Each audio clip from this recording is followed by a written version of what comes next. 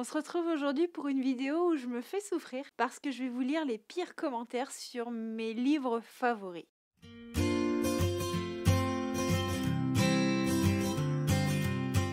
Hello maître érudit de la citadelle, c'est Johanna, je suis ravie de vous retrouver aujourd'hui pour une nouvelle vidéo qui consiste à me faire souffrir. Et ça tombe bien parce que avec cette tête de déterré qui a lu toute la nuit et qui n'assume pas sa journée, eh ben on va continuer dans cet affre de souffrance. N'hésitez pas si vous voulez me soutenir, à vous abonner si ce n'est pas déjà fait, à lâcher un petit like et un petit commentaire, ça fait toujours plaisir. Et aujourd'hui, on va réagir à ces commentaires sur les sagas des livres dont on n'a pas envie que les gens touchent, les livres qui sont très chers à notre cœur. Petit disclaimer avant d'entamer cette vidéo, sachez qu'on a le droit d'aimer un livre que tout le monde n'aime pas ou de ne pas aimer un livre que tout le monde aime et vice versa. N'oublions pas que tous les goûts sont dans la nature et qu'on doit respecter cela. L'important c'est de le faire avec bienveillance et cette vidéo est vraiment plus pour le fun et parce que vous me l'avez demandé que pour critiquer les gens qui n'ont pas aimé les livres que j'adore. Il en faut vraiment pour tout le monde, ne culpabilisons pas et ne faisons pas culpabiliser les gens qui n'ont pas aimé. Je n'afficherai volontairement pas les commentaires de ce que je vous lis à côté de moi et les pseudos pour protéger les personnes qui ont écrit ces commentaires. Voilà, hein, ce n'est pas là pour les pointer du doigt, c'est juste plutôt pour voir par exemple moi ce que je pense de son avis et comment je les ressens. Sur ce, on va rentrer dans le vif du sujet avec ma saga favorite. Oui, on commence fort. Donc on va parler de la Guilde des Ombres aussi derrière moi et pour ça je me suis mis sur Babelio et je vais regarder un peu les commentaires. Alors sur Babelio, alors il y a un avis à 2 étoiles, c'est l'avis avec le moins d'étoiles qu'il y a pour la Guilde des Ombres. Je vous parle du tome 1, partie 1. Je vais pas faire tous les tomes, clairement. On va se baser sur le tome 1 et on va lire l'avis. Attention, si ça spoil, je me permets de ne pas lire la partie spoilante puisqu'on n'est absolument pas là pour se spoiler. Je vais faire une critique ici de la saga dans son intégralité. On est sur une dark romantasy qui est réellement dark, lisez bien les trigger warnings. Le premier tome est très introductif, il comporte quelques longueurs, mais je l'ai dévoré. L'univers est complexe, bien construit, sans incohérence, très sombre, les personnages sont très variés et intéressants. Leur construction est vraiment bien réalisée, j'ai adoré suivre Panama au cours de son introduction d'ombre, dont j'avais clairement hâte de lire la suite. Alors jusque là, on n'est pas sur une dark romantasy, on reste sur une dark fantasy. Il y a une romance qui est certes prédominante, mais la romance c'est 30 à 40% de l'histoire et le reste c'est vraiment l'univers de fantasy, la quête, tout ce qui se touche au niveau du monde. Donc là, je suis pas tout à fait d'accord, mais étant donné qu'on a une romance qui est très présente, je peux comprendre que ça peut porter à confusion. Le tome 2 ou 1.1, suivant l'édition, est pas si mal également, même si on commence déjà à voir ce qui va être de mon point de vue problématique. Malheureusement, la suite m'a énormément déçue. Il y avait un potentiel fou, une vraie bonne idée, un vrai travail, mais la suite est tombée à plat pour moi. Les personnages sont devenus caricaturaux, notamment 3 masculins qui perdent toute identité pour devenir simplement des boîtes à insultes à vannes à 2 francs complètement plates. Moi j'ai pas trouvé ça, moi j'ai trouvé que c'était avec des réparties, qu'il y avait une petite dose d'humour et en même temps qu'il y avait énormément de sentiments qui passaient dans les dialogues, comme quoi je les ressentis complètement différemment. On a aussi un personnage millénaire qui se comporte comme un ado en rut et qui n'a pas l'air d'avoir appris grand chose en tout ce temps tellement il était mature. Pourquoi tu trouves qu'il est immature et en rut? Ça ce serait la véritable question. Le rythme est devenu mou, on a du mal à rattacher les wagons. J'ai pas du tout eu cette sensation. Pour redonner un nouvel élan à l'histoire. L'autrice crée des quêtes sans réel sens. Pour moi, toutes les quêtes avaient du sens, clairement.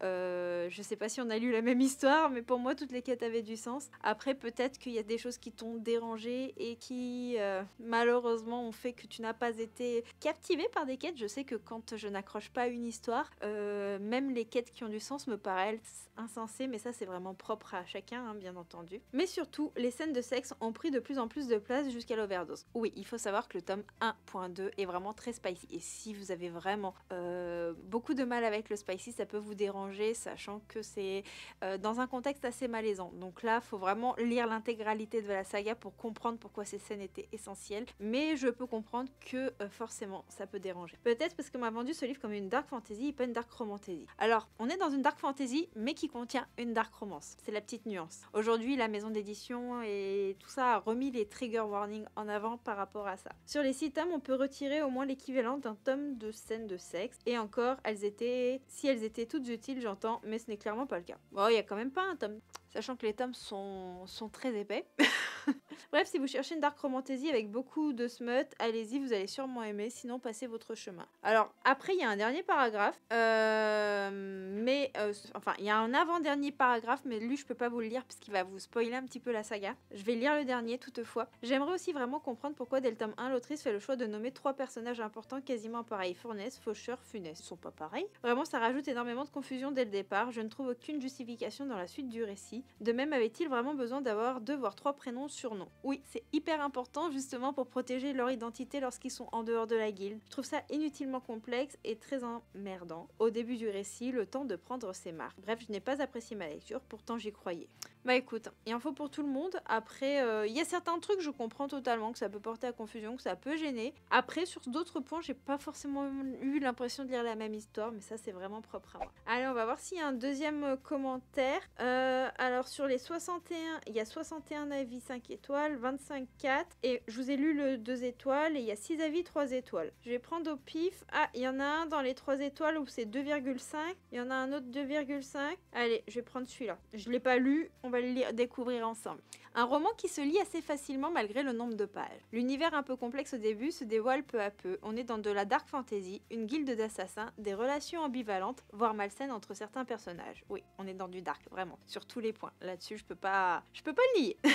Des mystères, de la noirceur, de la violence, de la tension sexuelle. Le langage est donc parfois cru, adapté au contexte. Un roman vraiment réservé à un public averti. Totalement, je suis totalement d'accord. Pour ma sensibilité de lectrice, c'est un peu trop dark à mon goût. Je n'ai pas réussi à passer le cap au point de vouloir lire la suite, mais c'est un avis très personnel. Si vous aimez les univers sanglants et parfois dérangeants, n'hésitez pas à vous faire votre propre opinion. Et bah franchement, j'aime beaucoup ce commentaire qui est assez négatif, parce qu'il fait 2,5 étoiles, mais c'est parce que la personne, elle nous dit clairement que ce n'est pas dans ses goûts, c'est trop dark pour elle, mais voilà, elle ne plombe pas l'œuvre pour autant, et je trouve ça vraiment très chouette d'avoir des personnes qui disent bah ce n'est pas pour moi.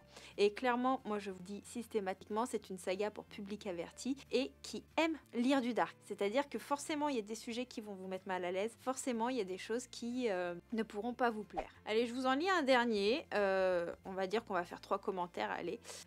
Également un 2,5 étoiles. Une lecture en demi-teinte. Beaucoup d'aspects négatifs ont rendu la lecture de ce tome impénible. Ce roman est vraiment très très long à démarrer et redondant dans sa première partie. Le choix du premier chapitre de nous faire découvrir Panama en tant que sanguine a selon moi gâché le suspense et l'intérêt envers sa formation que l'on sait déjà réussi. Oui et non, puisque ce tome pose juste les bases. Après, tu n'as peut-être pas encore lu le tome 2, donc tu vois peut-être les choses d'un œil différent, je pense, que ça joue.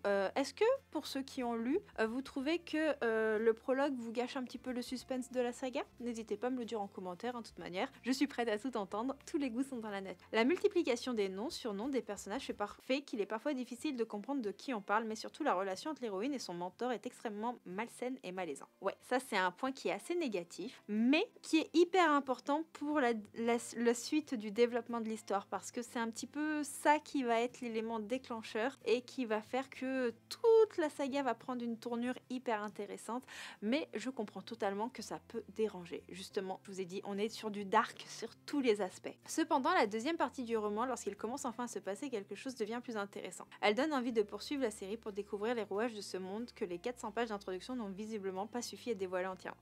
Oui, le monde est hyper riche et c'est clair que si vous n'avez pas l'habitude d'avoir des récits qui prennent leur temps, qui posent un cadre, ça peut gêner. On est vraiment dans de la dark fantasy adulte pour public averti, avec des scènes pour public averti également. Je cherchais mes mots. Voilà, donc ça c'est pour la Guilde des Ombres. Maintenant on va regarder un petit peu d'autres sagas. Alors je pense qu'il n'y aura pas plus de 3 sagas dans cette vidéo. Et on va regarder les avis de Sœur de Sang de Niki Popreto, qui fait partie de mes sagas favoris. Alors il y a un avis, 1 étoile, je vais cliquer dessus et on va voir ce que ça nous dit. C'est un sacré avis. Allez, go, c'est parti. Ce livre retrace l'histoire d'un royaume où de nombreuses années auparavant, les dresseurs de phénix et leur culture occupaient une place importante. Malheureusement, suite à des bouleversements politiques, cette communauté se retrouve traquée, tout comme leurs compagnons et leurs montures. Véronica et sa sœur sont 2 jeunes femmes qui peinent à survivre au tout début du roman, qui ont un lien avec ces légendes du passé grâce à différents dents magiques. Jusque-là, ça résume plutôt bien. Néanmoins, c'est là leur seul point commun, car pour ce qu'il en est du caractère, c'est littéralement le jour et la nuit. c'est totalement ça. L'équilibre précaire entre les deux bascule le jour où miraculeusement elle retrouve 2 œufs de phénix. Pour le moment, cet avis retrace vraiment beaucoup le récit. Un roman qui est malheureusement beaucoup trop long à se mettre en place. 200 pages plus tard, on en est encore à t'expliquer des éléments clés de l'univers et tout ça sans aucune légèreté, alors que tu dois déjà apprendre à connaître beaucoup trop de personnages. Je peux comprendre, j'avoue que c'est un univers dans lequel j'ai eu un petit peu de difficulté au début à rentrer dedans. Tout simplement parce qu'on est vraiment sur quelque chose de très introductif au départ. L'autrice nous pose vraiment un cadre avant de lancer l'histoire. Et en même temps, l'univers est très riche. Et même s'il est lent à se mettre en place, je trouve que tous les petits éléments qui sont distillés sont assez délectables. Ça, c'est mon avis personnel. Et si on n'a pas l'habitude d'avoir des pavasses avec justement de la longueur qui pose un petit peu le cadre, ça peut déranger. Moi, personnellement, c'est quelque chose que j'aime beaucoup dans mes lectures. Et il est classé en young adulte, ce titre. Pour moi, il tire plus vers l'adulte. Je pense qu'ils l'ont mis en young adulte par rapport à l'âge des personnages, mais au vu de la complexité de l'univers, ça tire plus vers quelque chose d'adulte, ce qui fait que ça peut vraiment perturber le jeune lectorat, je pense. Pour ma part, j'ai donc abandonné ma lecture avec tout de même quelques regrets, parce qu'après tout, on sent que les idées développées ont du potentiel, en plus d'être plutôt nouvelles et peu abordées. Mais certains passages clichés, certaines longueurs de narration viennent compliquer l'expérience de lecture, et malgré mes nombreuses tentatives pour y revenir, je n'avais plus tellement de curiosité à l'égard de cet ouvrage. D'autant plus que le personnage principal, Véronica, est facile à cerner autant du point de vue de son caractère que des enjeux qui l'attendent, ce qui ne permet pas de développer une autre sympathie à son égard. Ça va bien au-delà de ça, mais bon, c'est sûr que si t'as pas lu le reste, pas forcément être plongé dedans. Quant aux autres protagonistes, beaucoup plus pâles en comparaison, leur force est d'être confrontés à des quêtes bien différentes, d'avoir des caractères parfois opposés, mais tout ça est contrarié par l'amas d'informations qu'on doit ingérer parallèlement. Ouais, toi, c'est vraiment le fait qu'on est sur un récit très lent, très condensé qui t'a gêné, quoi. À noter que les chapitres déjà longs et pénibles sont parfois intercalés avec des morceaux de légende, des lettres ou d'autres éléments qui alourdissent encore plus le récit et n'aident pas forcément à cerner toute la chronologie du royaume. J'avoue que tout ce que la personne n'a pas aimé dans ce commentaire, c'est vraiment tout ce que moi j'ai vraiment kiffé dans cette lecture. Et c'est pour ça que des fois je dis, c'est pas parce qu'on a un avis négatif qu'il faut pas le partager, parce que quand on n'aime pas un livre, et bah des fois, quand l'avis il est bien développé, bien nuancé comme celui-ci, c'est ce qui va nous donner, nous parfois, envie de lire ce livre. Et ça c'est vraiment chouette, c'est là qu'on voit que tous les goûts sont dans la nature. Il y a un avis 2 étoiles. Ah, dans les 2 étoiles, il y a une des personnes qui avait pas aimé non plus la Guilde des Ombres. Je crois que elle et moi, on n'a pas du tout les mêmes goûts littéraires. Je suis sur un entre-deux en ce qui concerne ce premier tome. Je suis ravie de sortir de ma zone de confort pour ce qui est de lire des romans d'animaux fantastiques et de lire un roman sur les phénix. J'avoue que ça c'est super cool. On a tellement peu de livres sur les phénix et il faut savoir personnellement c'est ma créature mythologique préférée. Malheureusement, beaucoup de temps mort, d'hésitation de l'auteur. J'ai eu l'impression qu'un coup elle tentait de faire passer Véronica pour la méchante, l'égoïste de service, puis c'était Avalkiara. Franchement, j'ai eu beaucoup de mal avec l'histoire de la réincarnation de la reine à plume et du fait qu'elle essaie de se réitérer les mêmes erreurs par le passé. Je lirai pas plus parce que j'ai l'impression que ça spoil. Je me tâte à prendre le second tome, je préfère attendre cet été pour le prendre car pour le moment, il me donne pas envie de lire la suite. Ouais, je pense que toi, t'as beaucoup de mal avec les histoires qui sont très introductives et qui posent un cadre. Et si tu sors de ta zone de confort, je peux comprendre que ça n'est pas matché. On va lire un autre avis concernant la saga Sœur de Sang. Donc, c'est un avis 2,5 étoiles. J'ai toujours été fascinée par le mythe du phénix, une créature immunisée contre le feu, capable de renaître et possédant de nombreuses caractéristiques incroyables. Alors forcément, dès qu'un roman parlant de cette créature sort, je me sens presque obligée de l'acheter, de le lire et surtout de l'adorer. Déjà parce que le mot phénix lui-même est incroyablement classe, je suis d'accord.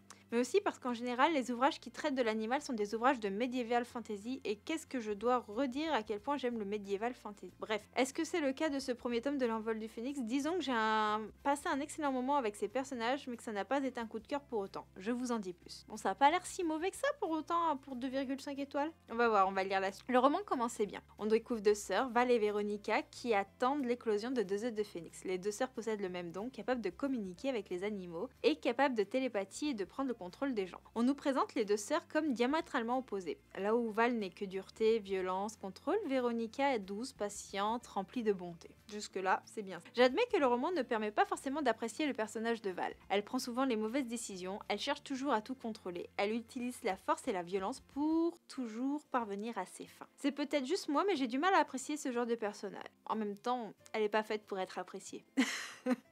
Après, le roman passe du point de vue de Véronica à celui de Sève, un garnier à une image, et celui de Tristan à un dresseur de phénix. Deux personnages qui sont très intéressants dans cet univers. Du coup, le personnage que l'on suit le plus reste Véronica, et ça m'arrange, parce que c'est un personnage facile. On la voit grandir, mûrir, apprendre à devenir plus autoritaire et sûre d'elle, loin de l'influence un peu malsaine de son aîné. J'ai vraiment hâte de savoir comment les deux filles vont évoluer dans les prochains tomes. Les prochains tomes, c'est des bangers, franchement, ils sont incroyables. En termes d'histoire, j'ai trouvé le roman un peu long. C'est le premier tome. Je sais qu'il doit poser les bases, mais je pense qu'il y a clairement des éléments qui auraient pu être retirés ou mis dans les tomes suivants sans que cela gêne à la lecture. Les autres tomes, c'est des pavasses, donc je sais pas trop où elle aurait pu les glisser, mais je peux comprendre que les petites longueurs peuvent être gênantes. La relation entre les deux sœurs est probablement la relation la plus réussie du roman. J'avoue que ça c'est plutôt cool de voir une relation un petit peu comme ça. J'ai adoré les voir interagir, les voir se quereller et essayer de se soutenir. C'est un peu dommage de ne pas avoir creusé plus la relation entre Véronica et son phénix, mais je suppose que ce sera pour les prochains tomes. Oui, il y a beaucoup de choses en fait qui te dérangent là, mais qui se développent dans les tomes prochains, donc c'est normal. J'ai bien aimé le personnage de Tristan, je ne suis pas sûre du rôle qu'il aura dans les suites. S'il restera un dresseur émérite, il deviendra un love interest. Pour le moment, je suis pas sûre de savoir ce que je préfère. Quant à Sève, j'espère qu'il sera plus présent dans les suites. Je ne sais pas encore trop quoi penser de ce personnage, mais je sens qu'il a une grande importance et j'ai hâte de découvrir ce que c'est. C'est tout à fait le genre de personnage que je peux adorer, donc j'ai hâte de voir tout ça. Pour terminer, je dirais que ce roman donne envie de découvrir la suite. En fait, il remplit son rôle de premier tome en nous faisant découvrir l'univers et amène si bien la suite qu'on a presque plus envie de lire la suite que de lire ce tome-ci, ce qui pour moi est un peu dommage. Mais bon, peut-être qu'une fois que j'aurai toutes les réponses, je reviendrai sur ce premier tome et je me dirai que c'était du génie. On ne sait pas. Bah finalement, il est 2,5 étoiles ce commentaire, mais je le trouve pas négatif du tout. Enfin voilà. Il amène bien ce qu'est réellement ce premier tome, c'est-à-dire une introduction qui pose vraiment les bases. Maintenant, on va passer à une autre de mes sagas chouchoutes et on va prendre une saga de Sarah J. Maas qui est Kéléana. Et ce sera le dernier livre dont je ferai l'apogée des mauvais commentaires dans cette vidéo. Alors il y a 8 avis, 1 étoile. 8 avis, 1 étoile. Waouh, il a l'air violent. Allez, on commence. C'est même 0,5, hein, c'est même pas 1 étoile, c'est 0,5 étoiles. Je crois que j'ai jamais mis une note aussi basse. Ce livre est bâclé sur tous les points. Ayant lu A Court of Thorns of Roses, juste avant, je n'ai pas été étonnée par le fait que ce livre soit extrêmement mauvais. C'est un peu dur, non? Je l'ai d'abord lu en français car, comme j'ai pu m'en rendre compte en lisant, en VO, A Court of Thorns of Roses, Sarah J. Maas ne sait pas du tout écrire. Qu'est-ce qui te fait dire ça? Je trouve que c'est violent. Je sais pas ce que vous en pensez, mais je trouve que c'est vraiment violent. Là, ça me fait mal au cœur de lire ce commentaire. Malheureusement, j'ai trouvé la traduction mauvaise. Après, malheureusement, la traduction, je suis pas la meilleure personne pour en juger, ne lisant pas du tout en VO. Il y a quelques phrases et termes assassineuses qui ne me paraissent pas français et certains mots employés ne sont pas ceux qu'il aurait dû l'être. J'avoue que assassineuse, ça fait toujours tiquer mon chéri quand je dis Kéléana l'assassineuse. Moi, ça me dérange pas, je trouve ça fun, mais je sais que pour les puristes de la langue française, du langage, ça peut un petit peu écorcher les oreilles. Par exemple, plusieurs fois des personnages disent quelle pitié, suck a pity dans la VO, qui est une expression très peu utilisée en français de nos jours. En tout cas, personnellement, je ne l'ai croisée que très rarement. Vu le contexte dans lequel les personnages disaient suck a pity et leur façon de le dire, je pense que traduire cela par quel dommage aurait été mieux et plus correct. Pour le moment, c'est plus la traduction qui te dérange plus que le livre. À un moment, c'est le mot pathétique dans la VO qui devient quelle pitié dans la VF. Pourquoi faire compliqué? Pathétique, c'est aussi bien, non? En plus, ça évite les répétitions. Ce sont eux qui sont ridicules alors que Kéléana parle de femmes. De plus, la traduction n'est pas respectueuse de la version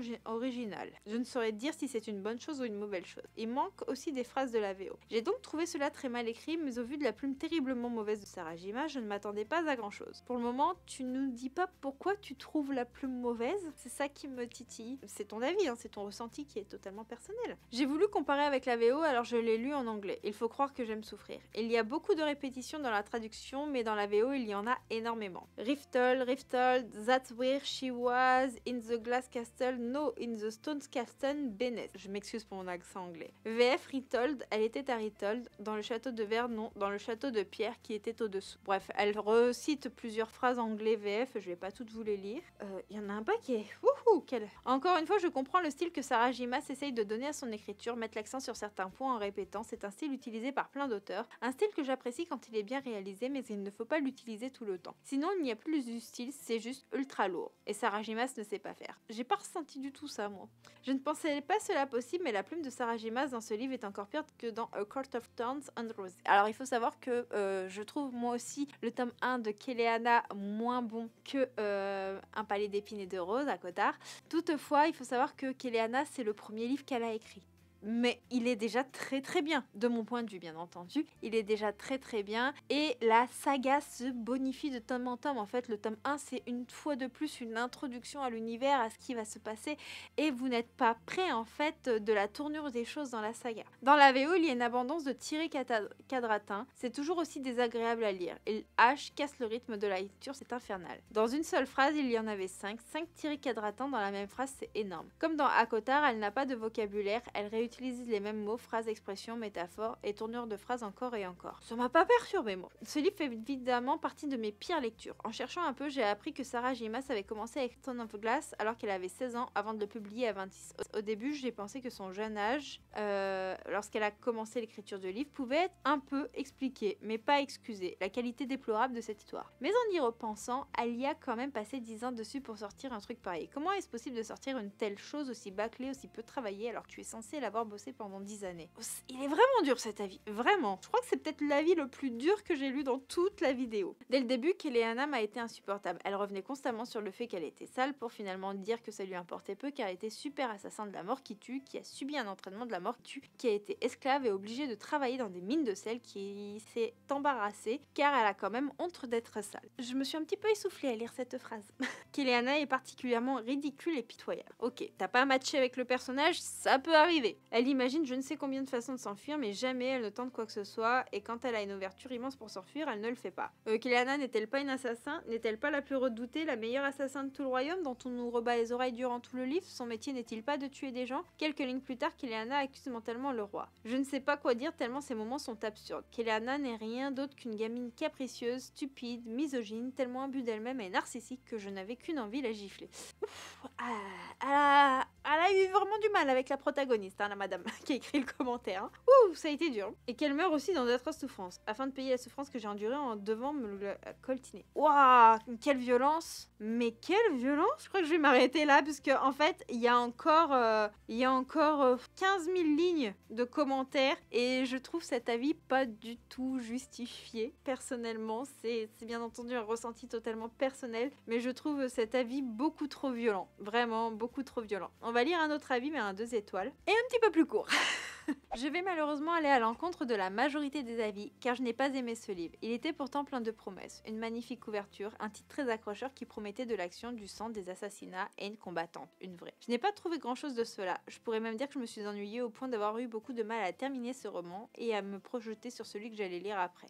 Pour moi, ce livre manque de sel, de poivre, d'épices en général. On est sur un tome introductif, ce que je peux comprendre. Voilà, je préfère ce genre d'avis personnellement parce que il est quand même respectueux de l'œuvre et du travail de l'auteur. N'oublions pas que quand on fait des avis sur les réseaux, il y a toujours une personne derrière qui a écrit un livre, qui a passé du temps. Et c'est pas parce qu'on n'accroche pas que c'est mauvais, que c'est nul, comme on dit. Et c'est quelque chose qu'on m'a toujours répété quand j'étais petite. On dit pas c'est dégueulasse, on dit je n'aime pas. Et en fait, c'est un petit peu la même chose. On dit pas c'est nul, on dit qu'on n'aime pas, qu'on n'apprécie pas, et on peut expliquer les points que l'on n'aime pas, qui nous ont dérangés, mais des fois, il y a des avis, là je les vois, ils sont d'une violence, wouhou, je sais pas comment réagir.